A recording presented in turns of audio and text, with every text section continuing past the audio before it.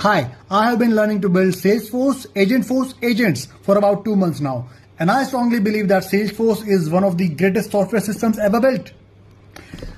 It seems to be teaching me a lot about human conversations also. Now, there are similarities and differences between the human to human and human to agent conversations, right? Agents are controlled by 3 core elements: topics, instructions, and actions. That's what kind of is the thing that happens in human conversations, right? Topics maintains the focus of the conversation. Instructions in human conversations it's kind of a subtle thing that comes into play in a conversation. Like my requests, my intents are kind of my instructions that I need to follow, and where other human also takes cues or maybe assumptions or clarity from my words, right? And actions. Every human has their own goals. In human conversations, these goals are often broken. Every human is biased towards something else, right? But in agentic conversations, things change.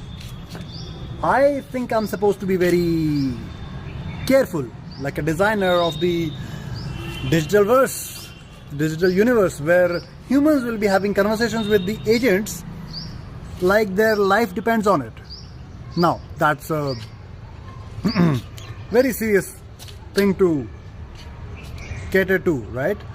That's where the Einstein trust layer comes into play, of course, from Salesforce. But you know, it's a software. At the end of the day, it's software. It's a software, and because humans will be designing it, there may be bugs. Software will always have bugs. But of course, agents are have very clearly defined goals, right? So most humans are looking for achieving their goals. So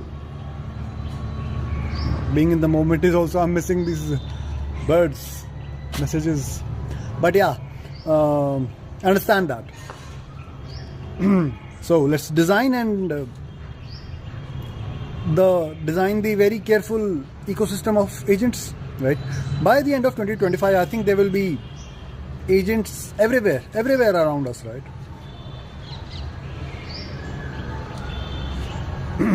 Enjoy the day.